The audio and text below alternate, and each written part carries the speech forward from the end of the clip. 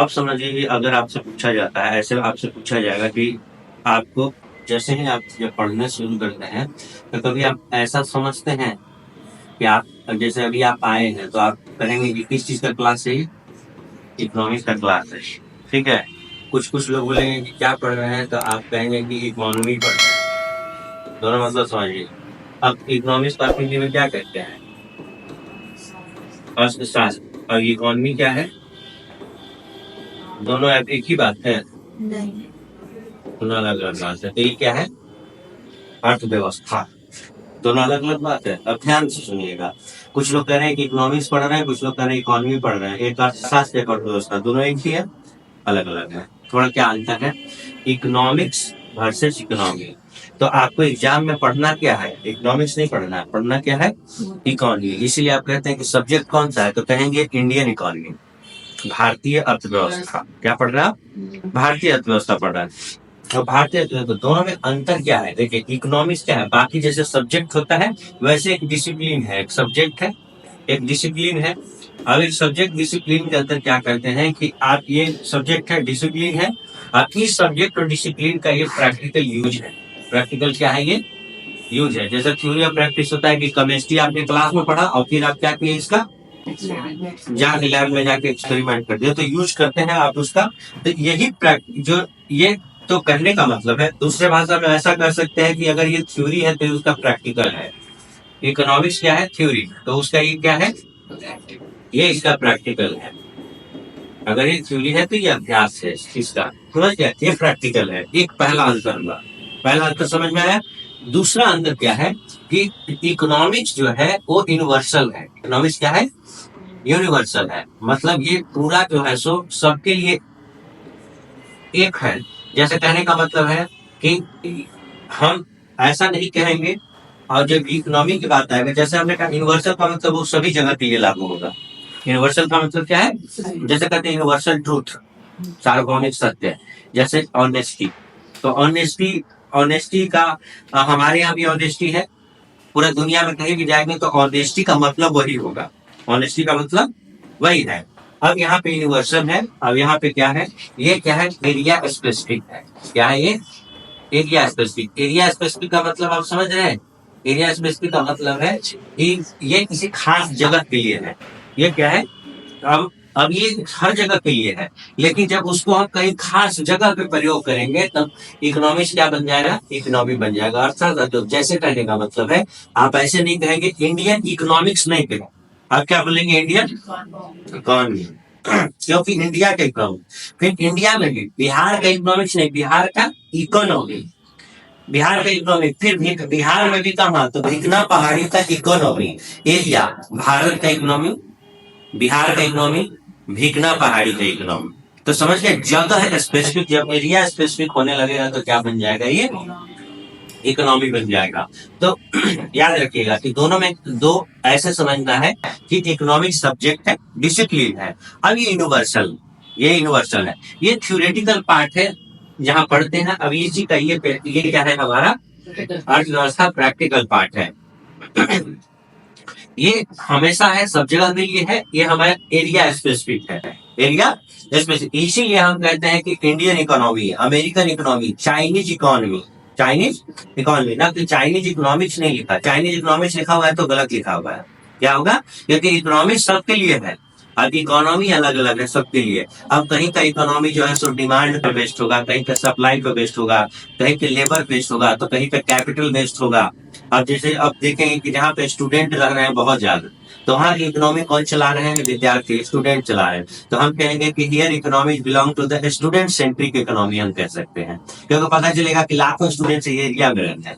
अगर स्टूडेंट यहाँ से चले जाएंगे तो यहाँ की इकोनॉमी कोलैप्स हो जाएगी। कोचिंग इंस्टीट्यूट डिपेंड कर रही है उस पर, वहां पे लाइब्रेरी चल रही है, वहां पे हॉस्टल चल रहा है, तो सारा इकोनॉमी कहाँ किससे गाइड हो रहा है? स्टूडेंट से। तो इसलिए इस एरिया का यहाँ इस एरिया का इकोनॉमी अलग हो गया, ना कि इकोनॉमी। ये यूनिवर्सल है। अब ये प्रैक्टिकल पार्ट है। अब इसका, अब देखिए प्रैक्टिकल पार्ट है तो आप, इसीलिए हमने पूछा कि आपके परीक्षा में क्या आने वाला है? क्यों आने वाला है? क्योंकि ये प्रैक्टिकल। आपको नौकरी करनी है, आपको कंपटीशन हो रहा है, आपका नॉलेज चेक हो रहा है, तो आपसे थ्योरेटिकल नॉलेज बहुत चेक नहीं होगा। आपका उसका यूज चेक होगा, प्रैक्टिकल यूज होगा कि भारत का जीडीपी बढ़ गया, भारत का पर कैपिटा इनकम बढ़ रहा, एग्रीकल्चर का क्या पोजीशन है, बैंकिंग कैसे काम करता है, उसका प्रैक्टिकल यूज देख रहे हैं। इसीलिए ज्यादा थ्योरी नहीं पढ़ना है, यहाँ पे कुछ थ्योरी नहीं पढ़ना। और थ्योरी कहाँ पढ़ेंगे, जब आप सब्जेक्ट के रूप में पढ़ेंगे, जैसे बीए एमए पीएचडी करेंगे तो आप क्या पढ़ेंगे, आप वहां पे ज्यादा थ्योरेटिकल पार्ट पढ़ रहे हैं। फिर थ्योरी का हम यूज वाला पार्ट कहाँ पढ़ते हैं, जब हम उसका एप्लीकेशन जब काम करते हैं तो उसको हम क्या करते हैं, प्रयोग करते हैं। तो इसीलिए आपके एग्जाम में क्या पढ़ना है, हमको इकोनॉमी पढ़ना है, ना कि हमको क्या पढ़ना है, इकोनॉमिक्स। तो थोड़ा नोट्स भी बनते जाएगा। तो ऐसे लिखे इकोनॉमिक्स वर्सेस इकोनॉमी, ऐसे करेंगे, ऐसे दे दीजिए।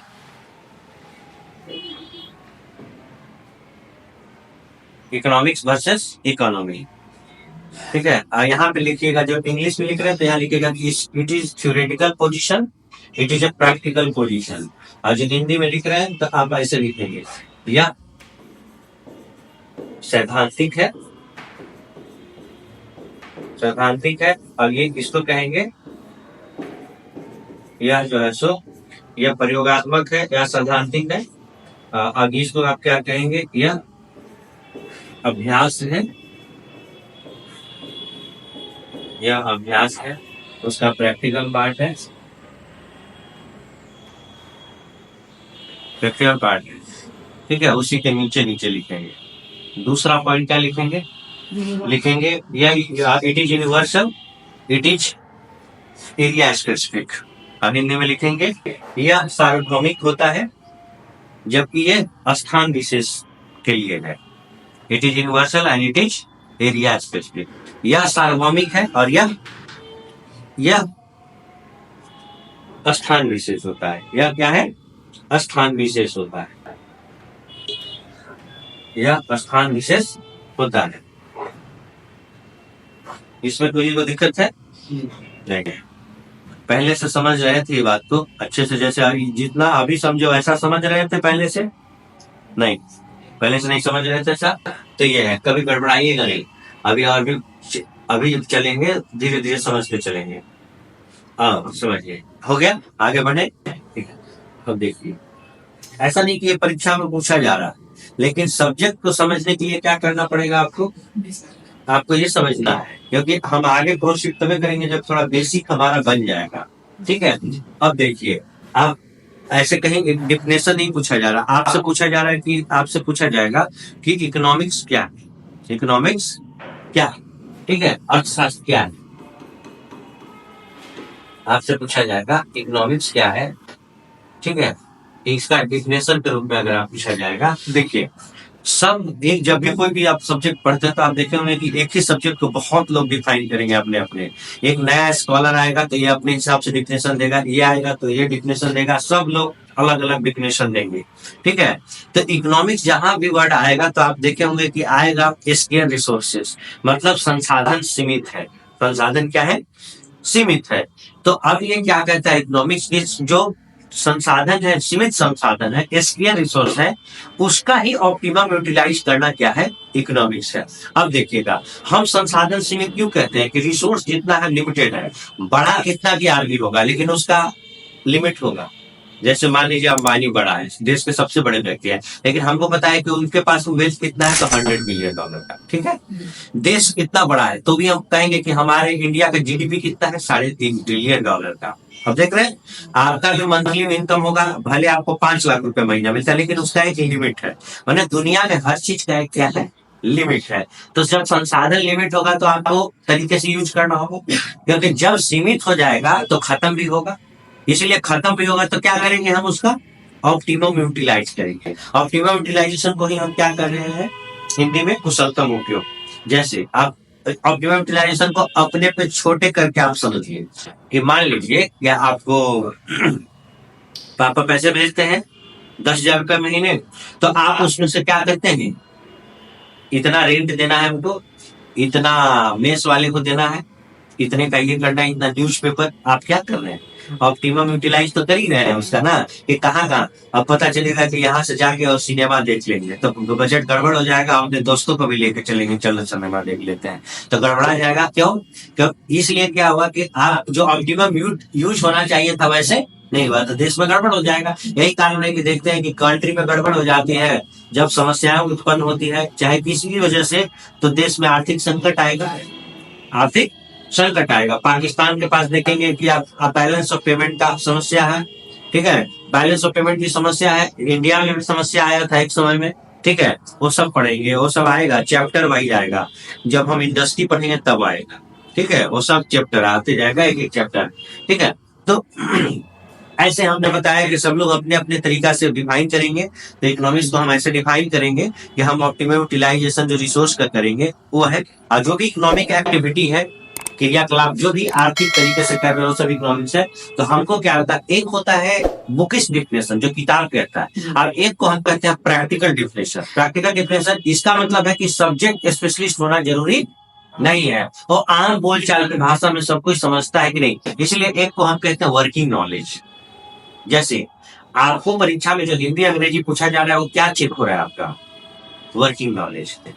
मान लीजिए आपका सब्जेक्ट कुछ भी हो, लेकिन एग्जाम में यूपीएससी भी देंगे तो आपको हिंदी इंग्लिश आ रहा है, तो इंग्लिश क्या, वो वर्किंग नॉलेज चेक हो रहा है कि आपको डीप, आप बहुत बड़े आर्टिस्ट, मतलब आर्ट का आप ज्ञानी है, आपको लिटरेचर बहुत अच्छी आती है, ये चेक नहीं हो रहा है। चेक क्या हो रहा है, वर्किंग नॉलेज। ये काम करने में लिखने आता है, काम करने में बोलने आता है, आप काम कर लेंगे, जब ऑफिस ज्वाइन करेंगे तो एक लेटर क्राफ्ट कर लेंगे हिंदी में अंग्रेजी में, इसीलिए उसको कहते हैं वर्किंग नॉलेज। तो वर्किंग नॉलेज की जैसा होता है एक वर्किंग डिफिनेशन जो सबको समझ में आए।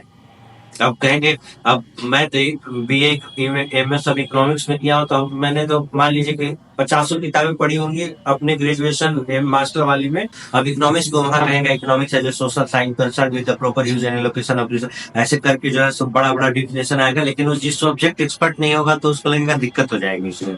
तो अब देखते हैं, अब सबसे सिंपलेस्ट डिफिनेशन कौन दे रहा है, एक सब सब्जेक्ट का एक फादर होगा, सब सब्जेक्ट का क्या होगा, फादर होगा। तो सब्जेक्ट का फादर, इकोनॉमिक्स का फादर किसको बोला गया,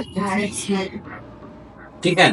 अब देखिएगा एडम स्मिथ को कहा जाता है, ये भी जो है सो पूछा हुआ है, बहुत जगह पूछते हैं। एडम स्मिथ को कहा, अभी लिखवाएंगे, फादर ऑफ इकोनॉमिक्स। सब फादर ऑफ इकोनॉमिक्स कहने का मतलब है कि सब्जेक्ट को जन्म दिया है ऐसा नहीं, उस सब्जेक्ट में कंट्रीब्यूशन ज्यादा है, उस सब्जेक्ट में कंट्रीब्यूशन ज्यादा है, उस सब्जेक्ट में योगदान बहुत ज्यादा है, इसलिए उसको क्या कर दिया जाता है, फादर, ठीक है। इसीलिए जन्म देने वाले से ज्यादा महान कौन है, जो उसका पालन पोषण अच्छे से करता है वो है, ठीक है। इसीलिए इसका मतलब नहीं है कि हर सब्जेक्ट का पिता है, कि बायोलॉजी का फादर आप एरिस्टोटल कर रहे हैं, ऐसे सब सब्जेक्ट का अपना अपना है, मतलब उसका कंट्रीब्यूशन बहुत ज्यादा है उस सब्जेक्ट के डेवलपमेंट में, ठीक है।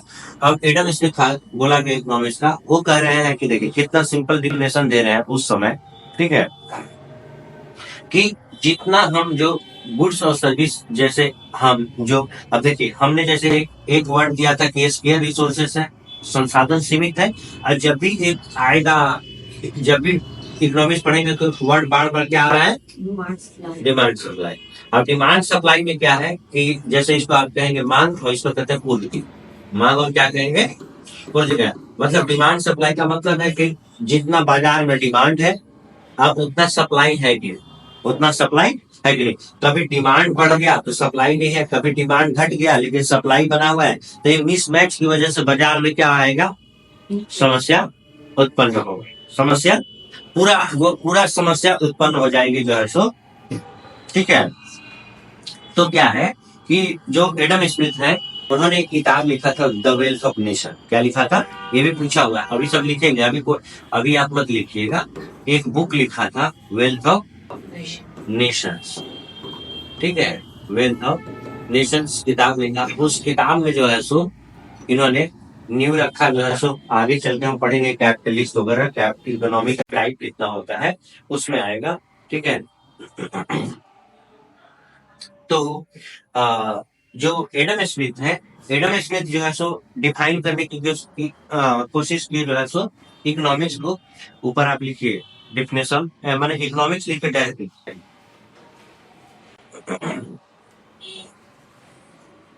इकोनॉमिक्स लिख के डायरेक्ट लिखिए, लिखिए पहले हिंदी में इंग्लिश में। एडम स्मिथ जो है सो क्या बोले इकोनॉमिक्स को, इसको बोले धन का विज्ञान। Economics is a science of wealth, economics is a science of wealth. अर्थशास्त्र को कहा यह धन का विज्ञान है। अर्थशास्त्र क्या है, तो बोला कि यह धन का विज्ञान है, धन का विज्ञान, धन मैंने वेल्थ वाला, धन का विज्ञान है, धन का विज्ञान।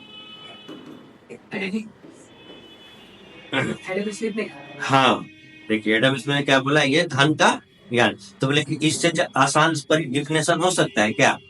नहीं हो सकता। Economics is science of wealth, केवल क्या याद रखना है, साइंस ऑफ वेल्थ। अब हालांकि डिफिनेशन बहुत ब्रॉडर हो गया, समय के साथ साथ डिफिनेशन भी क्या होता है, चेंज होता है। इसका दायरा बहुत कम था, केवल धन का मैनेजमेंट नहीं है बल्कि बहुत कुछ, इसका दायरा धीरे धीरे क्या हो गया, बड़ा हो गया। क्योंकि आज से 200 साल पहले कितना कितना होगा, कैसा इकोनॉमिक्स होगा, उसके 400 साल पहले कितना इकोनॉमिक्स होगा। इसीलिए तो देखेंगे कि आज के सब 400-500 साल पहले जाएंगे तो कुछ नहीं था, केवल सब एग्रीकल्चर के आसपास घूम रहा था। चीजें कहाँ घूम रही थी, एग्रीकल्चर के आसपास। इसीलिए आप कोई देखेंगे कि कोई राजा आया तो टैक्स बढ़ाना, तो सबसे पहले टैक्स कहाँ, एग्रीकल्चर टैक्स बढ़ा दिया। आप अच्छा राजा है तो आप कम ले रहा है, वही जो है सो क्रूवल राजा आ गया तो क्या कर दिया, एग्रीकल्चर टैक्स बढ़ा दिया। फिर कोई अंग्रेज आए तो नया जंगल काटने पर जंगल पर टैक्स लगा दिया।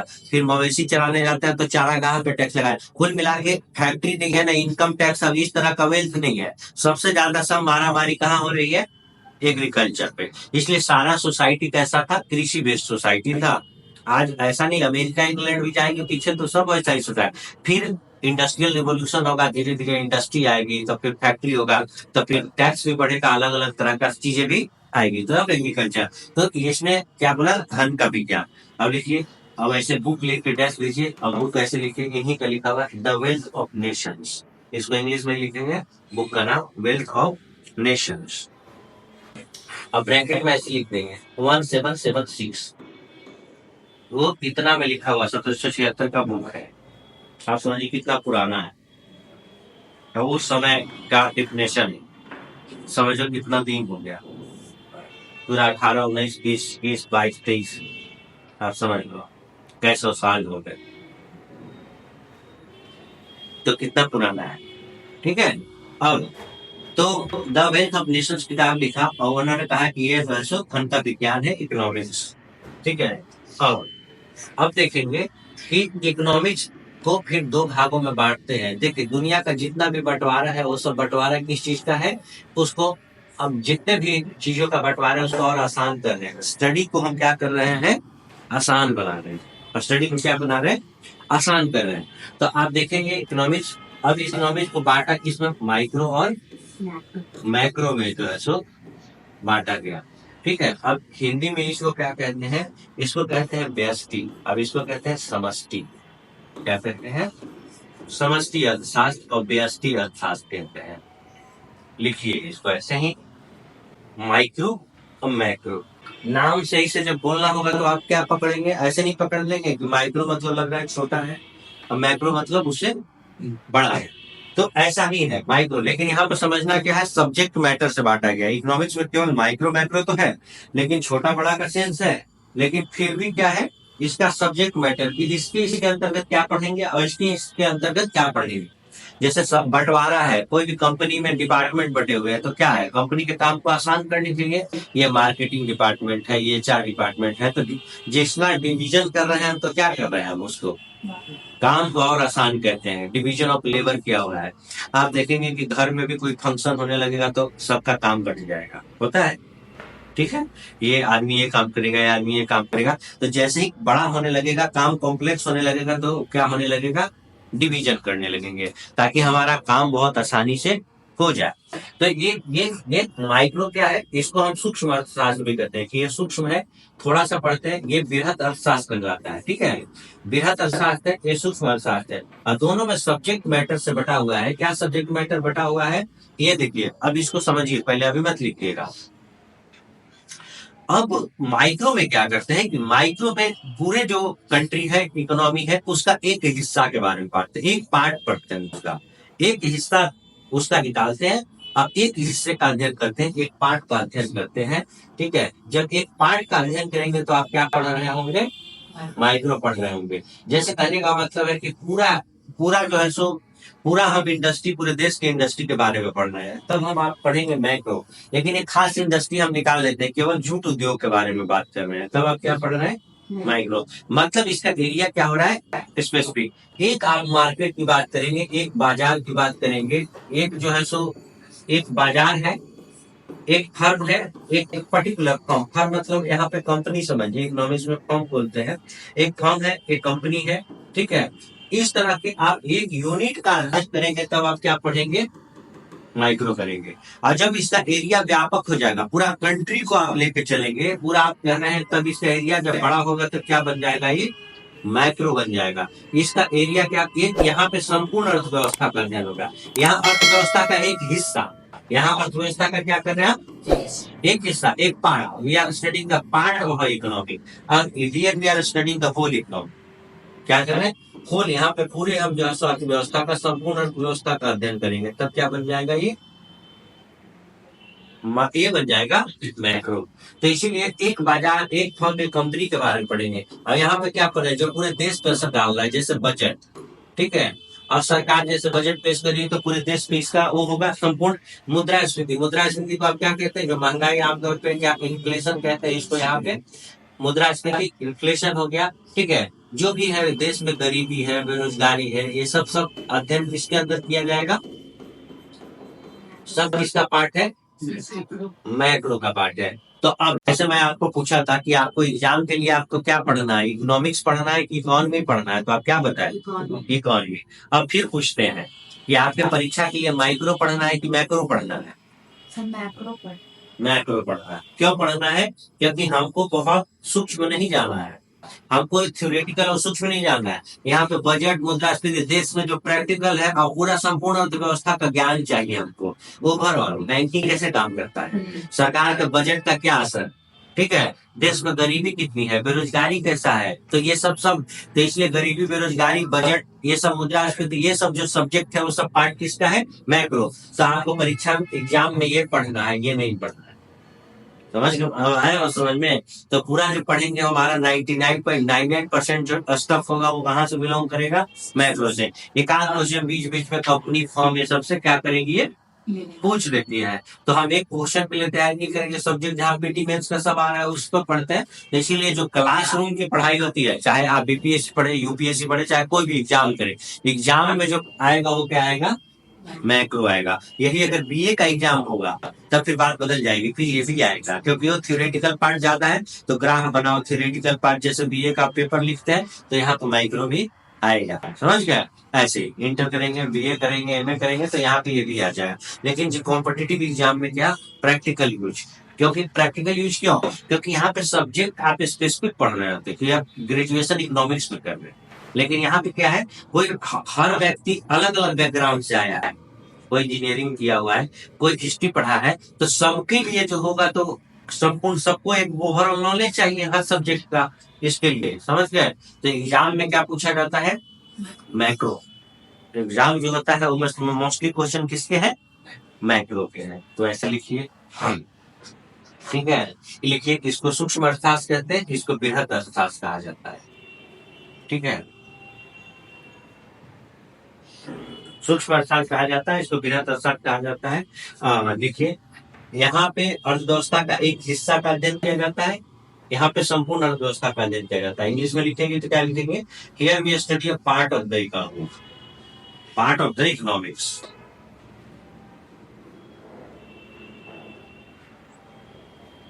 Part of the, we study the part of the economics, ठीक है। और पार्ट ऑफ द इकोनॉमिक्स यहाँ पे क्या करेंगे, here we study the whole economics, whole economy, ठीक है। ठीक है, एग्जाम्पल के रूप में, जैसे एग्जाम्पल है, यहाँ पे हम एक हिस्सा पढ़ रहे हैं और यहाँ पे एक हम क्या कर रहे हैं, एक हम पढ़ रहे हैं संपूर्ण। फिर एग्जाम्पल, जैसे एक बाजार, एक फर्म, जैसे इंग्लिश में मार्केट फर्म, एक उत्पादक, एक उत्पादक के बारे में, एक प्रोड्यूसर के बारे में पढ़े, एक प्रोड्यूसर कितना उत्पादन कर सकता है, एक उत्पादक के बारे में खास पढ़ लूंगा, जैसे अ प्रोड्यूसर, ठीक है। ये हो गया इसका एग्जाम्पल, ठीक है। यहाँ पे संपूर्ण अर्थव्यवस्था का अध्ययन करते हैं एग्जाम्पल, जैसे बजट, इन्फ्लेशन, गरीबी, बेरोजगारी, ये सब एग्जाम्पल यहाँ पे लिख सकते हैं, ये सब सब्जेक्ट है।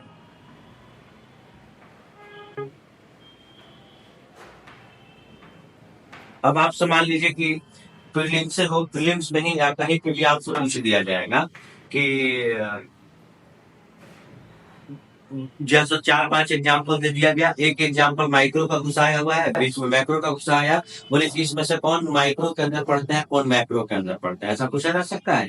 कौन व्यष्टि का सब्जेक्ट है, कौन समष्टि का सब्जेक्ट है, और उसमें सब लिखा हुआ है, बेरोजगारी दर भी लिखा हुआ है, एक एक बाजार लिखा हुआ है, बाजार लिखा हुआ है, या एक उत्पादक लिखा हुआ है। तो हम समझ जाएंगे कि जब एक की बात होगा, मतलब जिसका एरिया बहुत छोटा हो रहा है, यूनिट यूनिट हो रहा है, एक प्रकार। तो सर माइक्रो हो गया, माइक्रो शब्द का मतलब ये सूक्ष्म, छोटा। अब मैक्रो का एरिया बड़ा, बस इतना ही समझिएगा। तो मैं सब क्लास में इनफॉर्मली जो है सो बताता हूँ कि जब मैं ग्रेजुएशन कर रहा था तो उस समय बुक में मैं एक जगह पढ़ा था, बहुत अच्छा डिफिनेशन याद करने के लिए।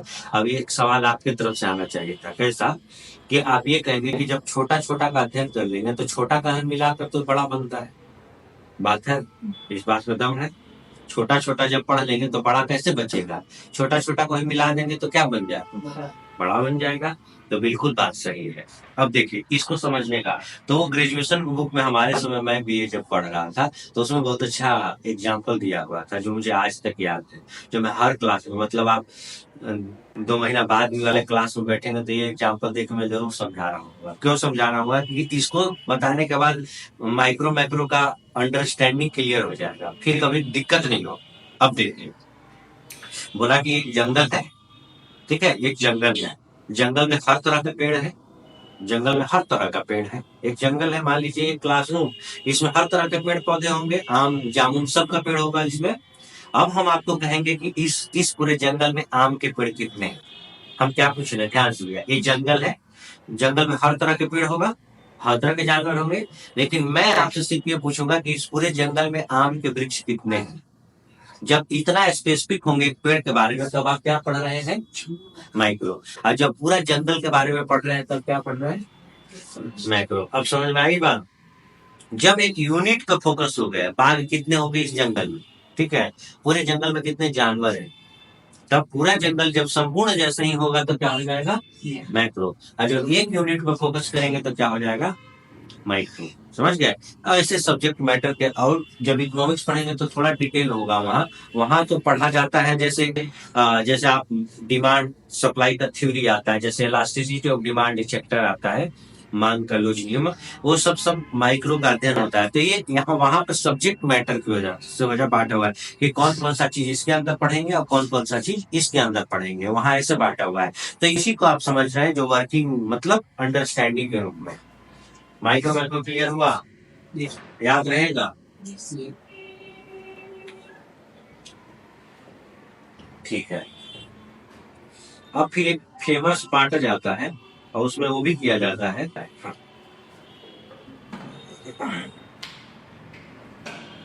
कि देखिएगा कि अब क्या इसको हम कहते हैं सेक्टोरल डिवीजन। देखिएगा, लिखिए, sectoral division of economy, economics नहीं इकोनॉमी, क्षेत्रक बंटवारा। अब यहाँ पे लिखिएगा अर्थव्यवस्था का क्षेत्रक बंटवारा, अर्थव्यवस्था का क्या है, क्षेत्रक बंटवारा, ठीक है, अर्थव्यवस्था का क्षेत्रक बंटवारा, ऐसे क्षेत्रक बंटवारा, अर्थव्यवस्था का क्षेत्रक बंटवारा आप ऐसे लिखेंगे। इसी को कहते हैं प्राथमिक क्षेत्र, द्वितीयक क्षेत्र, तृतीयक क्षेत्र। लिखेंगे प्राथमिक क्षेत्र, द्वितीयक क्षेत्र और तृतीयक क्षेत्र।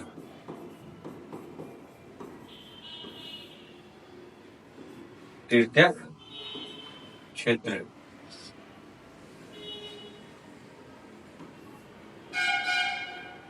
ठीक है। अब इंग्लिश में क्या लिखेंगे, हाँ, इसको कहते हैं प्राइमरी सेक्टर और इसको कहते हैं सेकेंडरी सेक्टर और टर्सरी सेक्टर।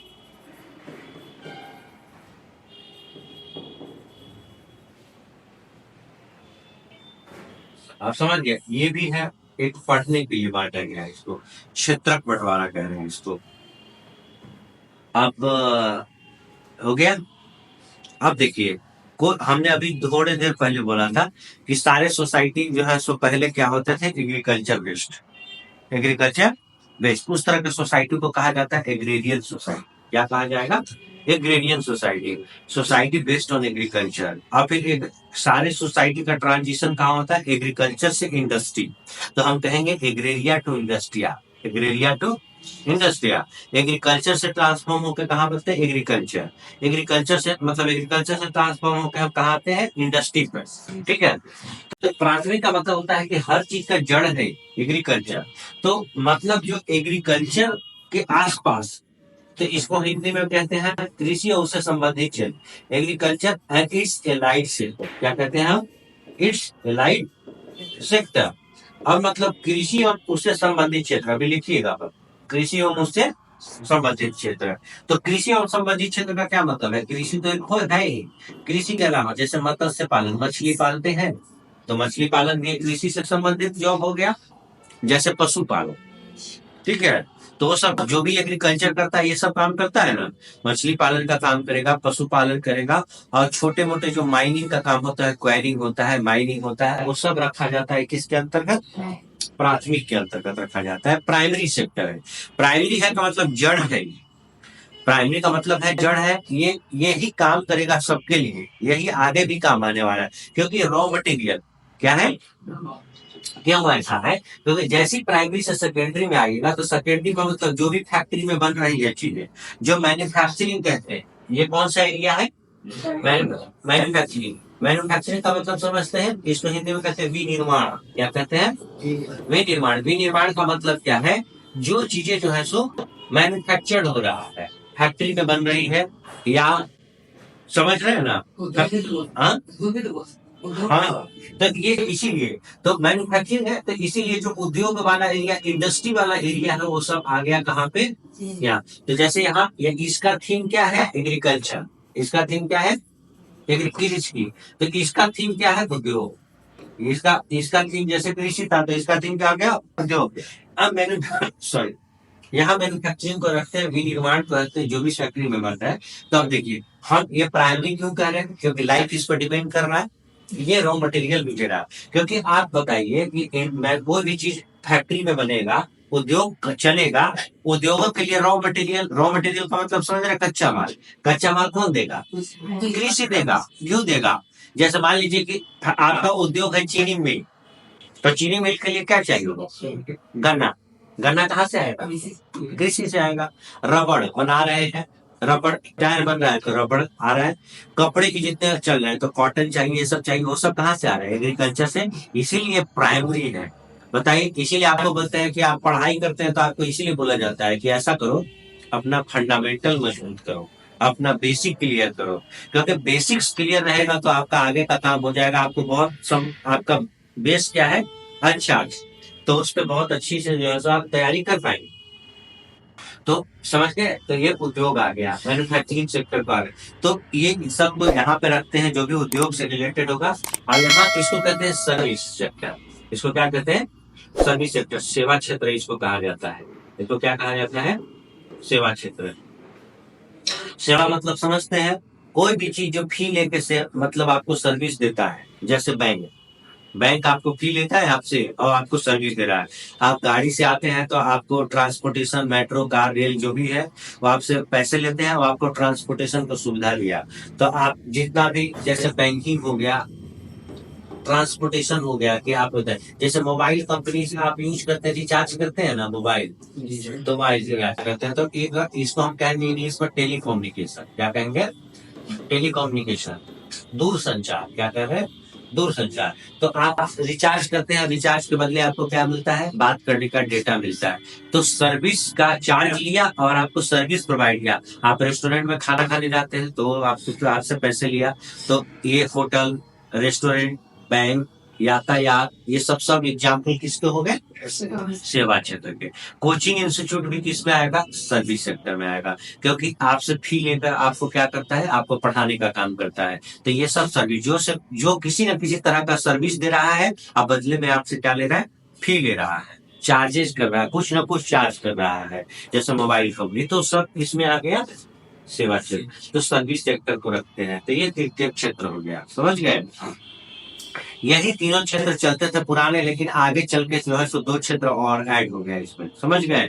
क्योंकि जैसे जैसे सर्विस और डिफाइन होते गया, तो यहाँ पे चतुर्थक हो गया क्षेत्र, इसको कहते हैं। और फिर ये पंचम क्षेत्र हो गया, पांचवा क्षेत्र हो गया।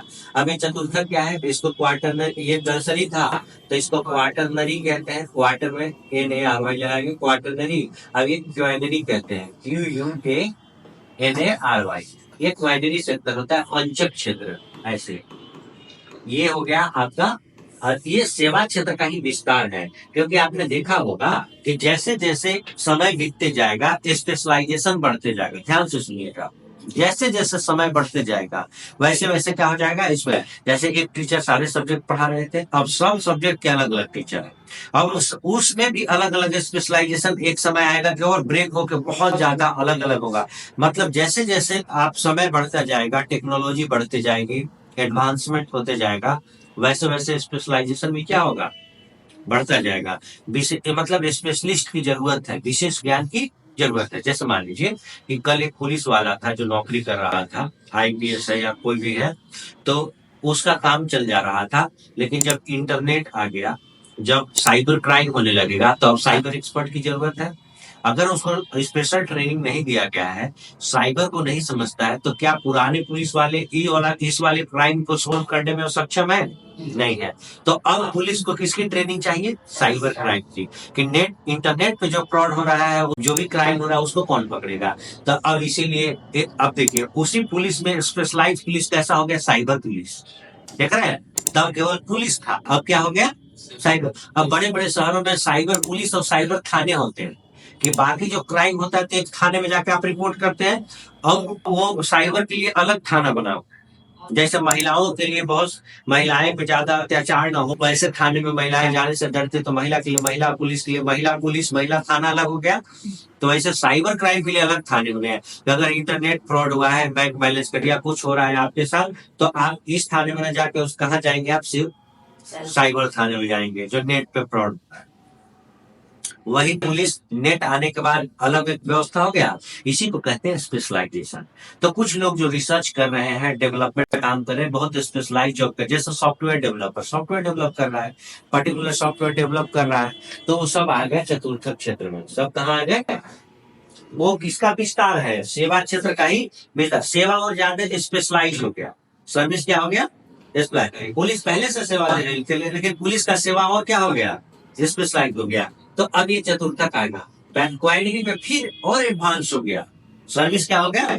और एडवांस हो गया। अब सर्विस का ही एडवांसमेंट है, और उसमें एक चीज और जुड़ गया कि नया नया आइडिया की बात हो रहा है, नया नया विचार आ रहा है। जो चीजें नहीं चलने वाला, नया नया आइडिया विचार के लिए एक बार बार बार वर्ड आता है, क्या कहते हैं इसको? इनोवेशन आता है। इनोवेशन का मतलब होता है नया नया आइडिया। इसी को आप हिंदी में क्या कहते हैं? नवाचार। नवाचार का मतलब क्या है? नया नया आइडिया, नया नया आइडिया। एक आदमी होगा जो लिंक से हट के बात करेगा और एक नया आइडिया प्रपोज करेगा। जैसे नया आइडिया की बात करेगा, मतलब एग्जिस्टिंग चल रहा है, उसी में एक नया आइडिया लेके आएगा। जैसे अब बताइए कैसे? पहले से पेट्रोल और डीजल की गाड़ी चल रही है, तो कोई कहेगा कि नहीं, इलेक्ट्रिक व्हीकल आना चाहिए, पॉल्यूशन कम होगा। समझ गए? पॉल्यूशन कम हो। तो नया आइडिया हुआ। बटन वाला मोबाइल अभी तक हम नोकिया दबा रहे थे 10 साल पहले, तो एप्पल कंपनी पहली बार आई कि भैया कि टच स्क्रीन मोबाइल है, आप बटन दबाना नहीं है। तो बटन मोबाइल से टच स्क्रीन क्या हो गया? नया आइडिया। क्या हो गया? इनोवेशन हो गया। नया आइडिया। पेट्रोल डीजल खत्म हो जाएगा, आपकी सब सारी गाड़ियां 10 साल में क्या चलेगी? सब इलेक्ट्रिक व्हीकल चलेगी। आप समझ रहे हैं? एक नया आइडिया। तो कुछ लोग आ रहे हैं जो नया नया विचार लेके आ रहे हैं, नया नया आइडिया लेकर आ रहे हैं, तो सब क्या किसमें आ गया? सब ये कहाँ है?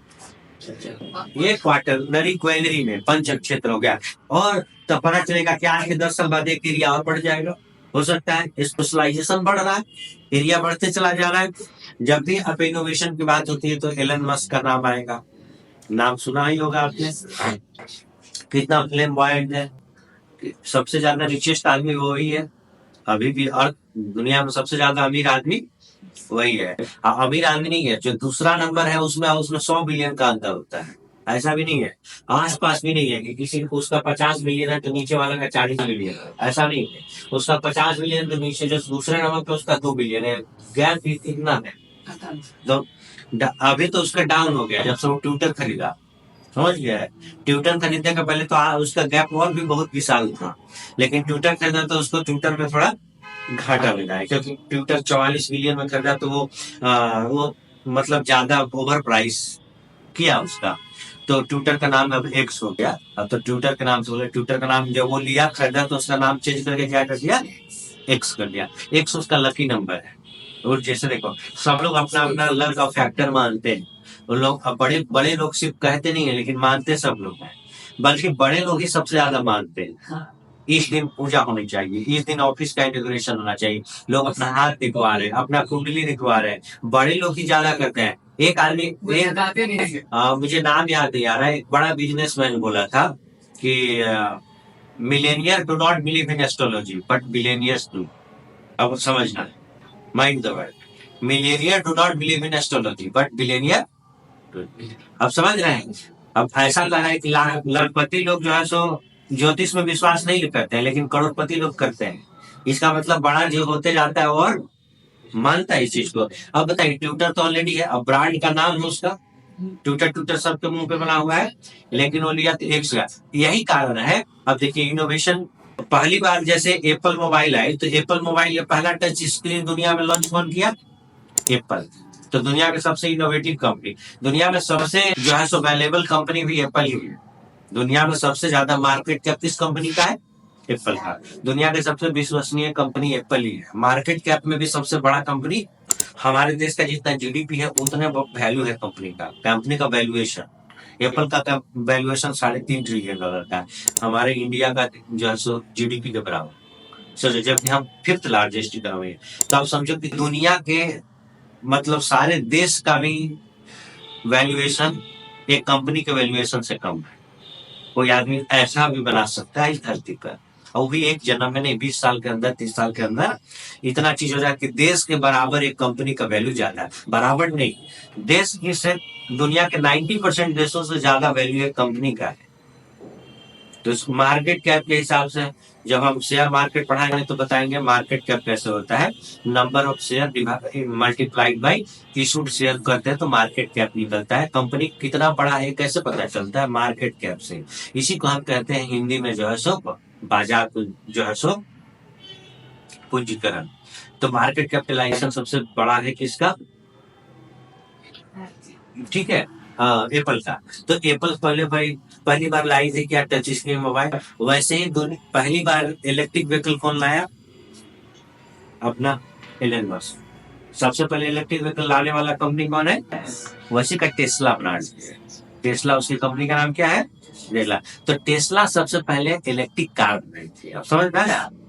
तो इलेक्ट्रिक व्हीकल बनाने वाली पहली कंपनी कौन हो गई, टेस्ला। अब इसीलिए अब वो क्या क्या देखिए नया इनोवेशन। लोग, आपके पास पैसे होते हैं तो आप मसूरी घूमने जाते हैं, आपका ड्रीम होगा कि आप गोवा घूमने जाए, ऐसा होता है ना, अपने में होता है इंजॉय करने के लिए। तो अब कुछ बड़े लोग जो है स्पेस में जाना चाहते हैं घूमने के लिए, तो उसका जो कंपनी स्पेस एक्स भी कंपनी किसका, एलन का। अब क्या है कि जो कोई बड़े लोग हैं, जो अरबपति खरबपति लोग होंगे, बिलियनियर होंगे, वो कहाँ जाएंगे, स्पेस घूमने। तो उसके लिए वो बना रहा है कि अपना चीज है, जो जैसे एक इसरो कंपनी है तो पूरा स्पेस रिसर्च कर रही है, अपना छोड़ रही है, चंद्रयान मंगलयान सब कर रही है। तो वैसा उसका कंपनी, उसका भी नाम एक्स है, तो एक्स उसका लक फैक्टर है, तो इसलिए ट्विटर का नाम क्या कर दिया, एक्स कर दिया। वैसा बोल नहीं रहा है कि हम लकी है, वैसा बोलते नहीं, लेकिन करते सब है, ठीक है।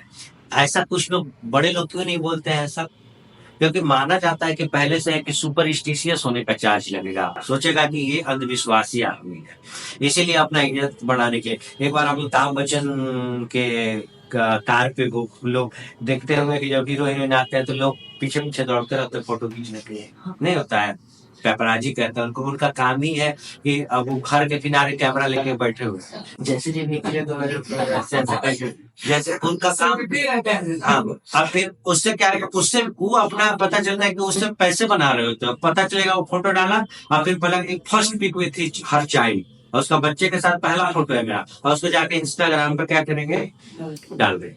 इंस्टाग्राम पर डालेगा तो ऐसा नहीं कि वो मूर्ख है, ऐसा भी नहीं है वो मूर्ख है, वो अपना फॉलोवर बढ़ा रहा है, अपना लाइफ है। अच्छा, वो सब पैसे भी लेते हैं, आपको लग रहा है कि वो खींच रहा है, लेकिन वो सामने वाले से क्या कर रहा है, वो पैसे ले रहा है, पैसे दे रहा है कि तुम ऐसा खींचो, प्रचार करो, ये सब करो। समझ रहे हैं ना?